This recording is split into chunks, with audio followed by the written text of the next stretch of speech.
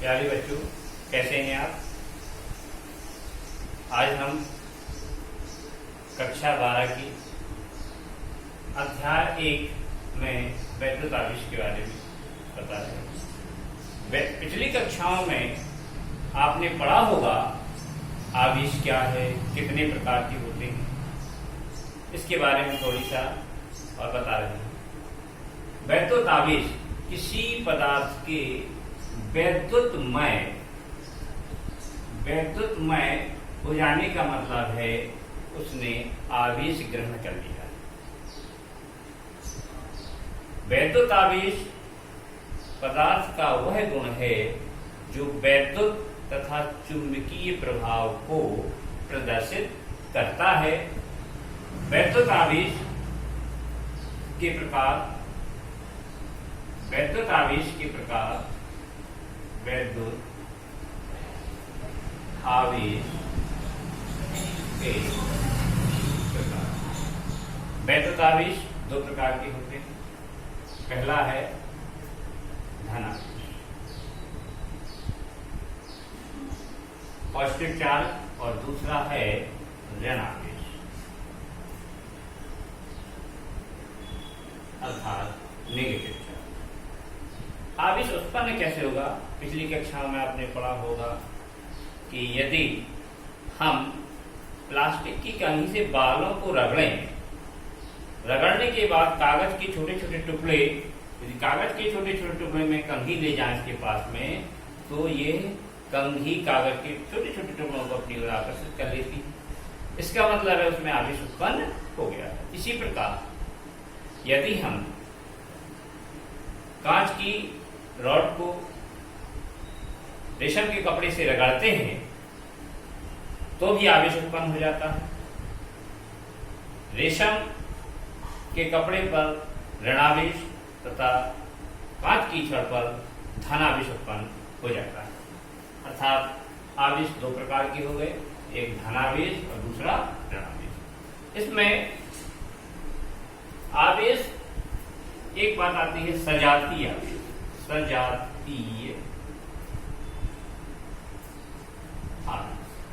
सजातीय का मतलब है समान आवेश, एक ही प्रकार के आवेश, जैसे धनावेश दूसरा भी धनावेश या दोनों ऋणावेश, इनको हम सजातीय आवेश कहेंगे।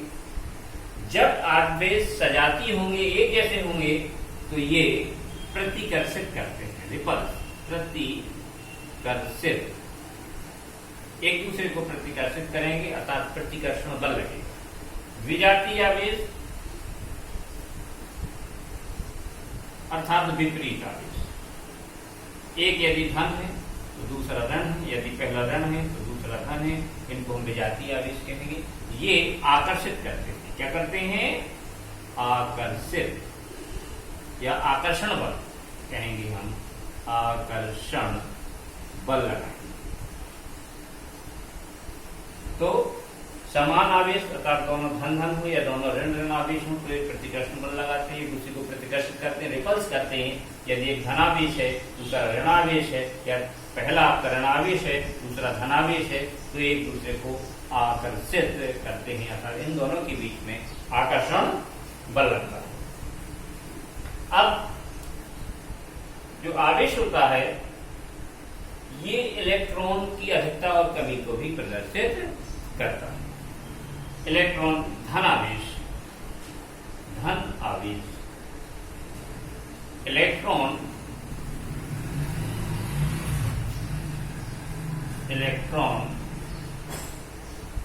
की कमी को प्रदर्शित करता है। ऋण आवेश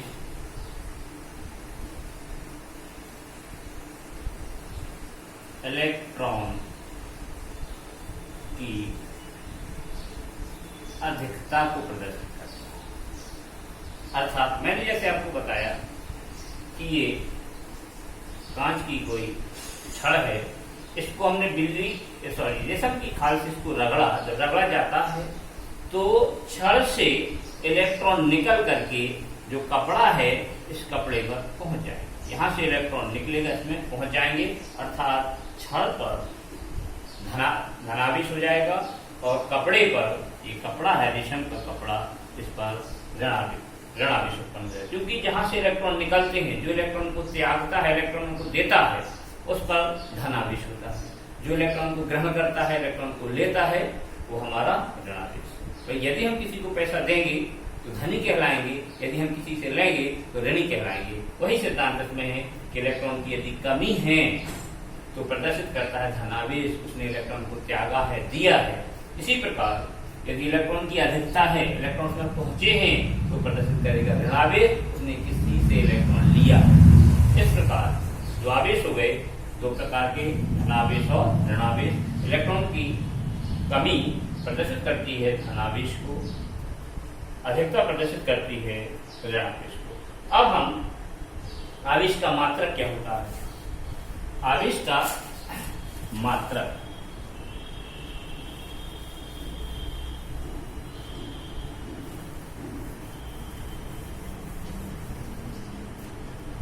वैद्युत आवेश का मात्रक, वैसे इसका ऐसा ही मात्रक होता है कूलम। क्या होता है? या हम जानते हैं कि I इक्वल टू होता है Q अपॉन T, इसको कहेंगे विद्युत धारा। विद्युत धारा बराबर आवेश बटे समय। इससे भी हम मात्रक निकाल सकते हैं। आवेश बराबर क्या निकलेगा यहाँ से? आवेश बराबर आएगा विद्युत धारा गुणा समय। विद्युत धारा का मात्रक हम जानते हैं एम्पियर होता है, समय का मात्रक होता है सेकंड। इस तरीके से आवेश का जो मात्रक है वो हमारा एम्पियर सेकंड, कूलम या एम्पियर सेकंड, ये आपका एस्टिमेट। इसके बाद सीजीएस मात्रक भी होता है इसका। सीजीएस मात्रक होता है इसका स्टेट कूलम। स्टेट कूलम, इसके हम विमा के बारे में समझें। वैद्युत आवेश की विमा Q बराबर अभी बताया था मैंने I इंटू टी।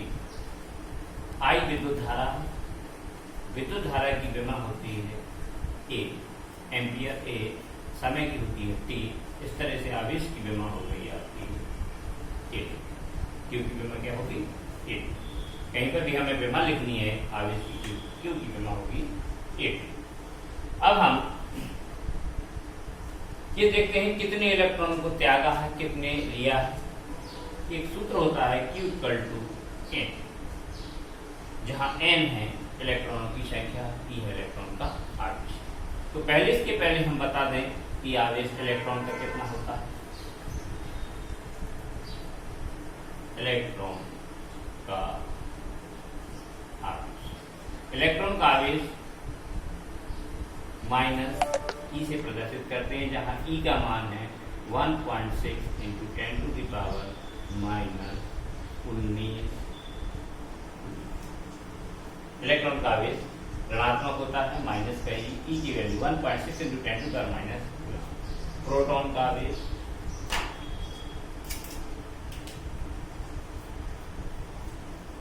प्रोटॉन का आवेश, प्रोटॉन का आवेश होता है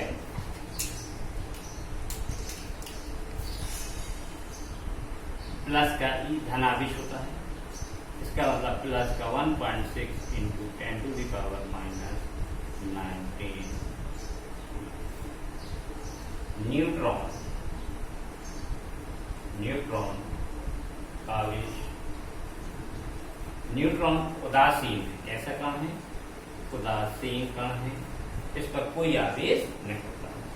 एल्फा कण, एल्फा पार्टिकल, एल्फा कण का आवेश धनात्मक होता है और इलेक्ट्रॉन के आवेश का 2 गुना अर्थात प्लस का 2e अर्थात 2 into 1.6 into 10 to the power minus 19 coulomb.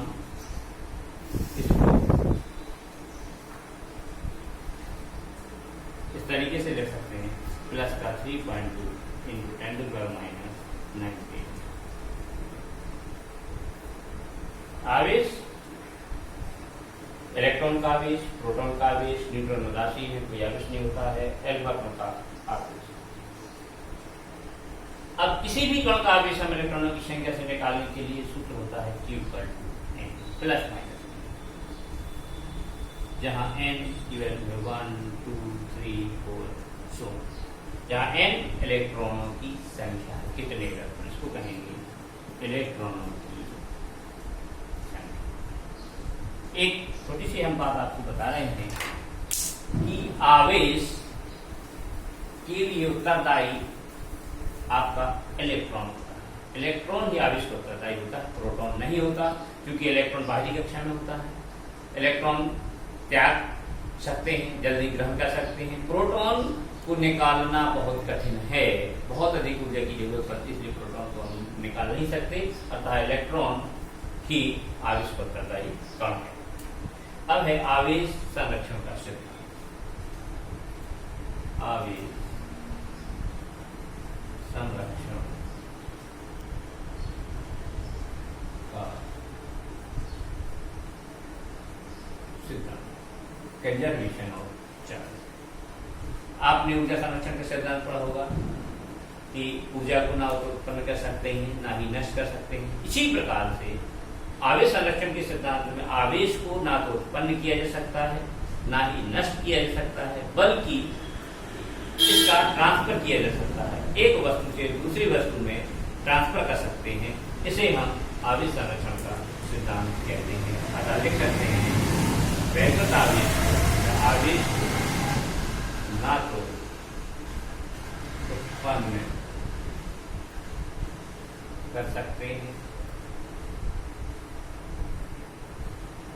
ना ही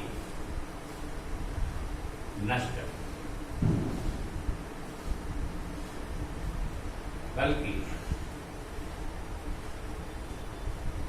एक वस्तु से दूसरी वस्तु में स्थानांतरित कर सकते हैं, स्थानांतरित कर सकते हैं। यह आपका आवेश संरक्षण का सिद्धांत है। अब हम मूल आवेश आगे बताते हैं आपको। मूल आवेश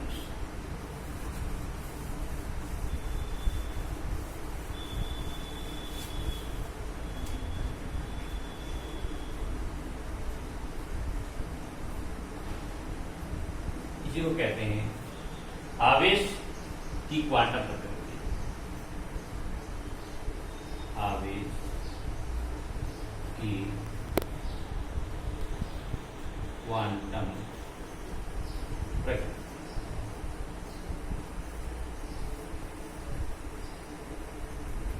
इसका अर्थ है कि किसी भी वस्तु या किसी भी कण का आवेश ई आवेश का पूर्ण गुणज होता है। किसी वस्तु का आवेश किसी वस्तु का आवेश ई का पूर्ण गुणज होता है।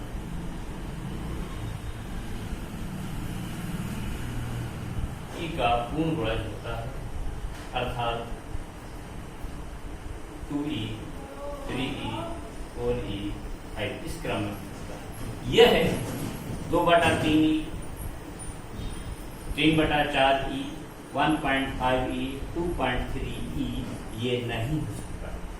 इसे हम आवेश की क्वांटम प्रकृति कहते हैं कि जो कोई भी आवेश होगा वो आवेश ई का पूर्ण गुणज होगा, अर्थात 2 गुना 3 गुना 4 गुना 100 गुना 50 गुना इस तरीके से होगा। ये डेसिमल में या भिन्न के रूप में नहीं हो सकता है। इसे हम आवेश की क्वांटम प्रकृति कहते हैं।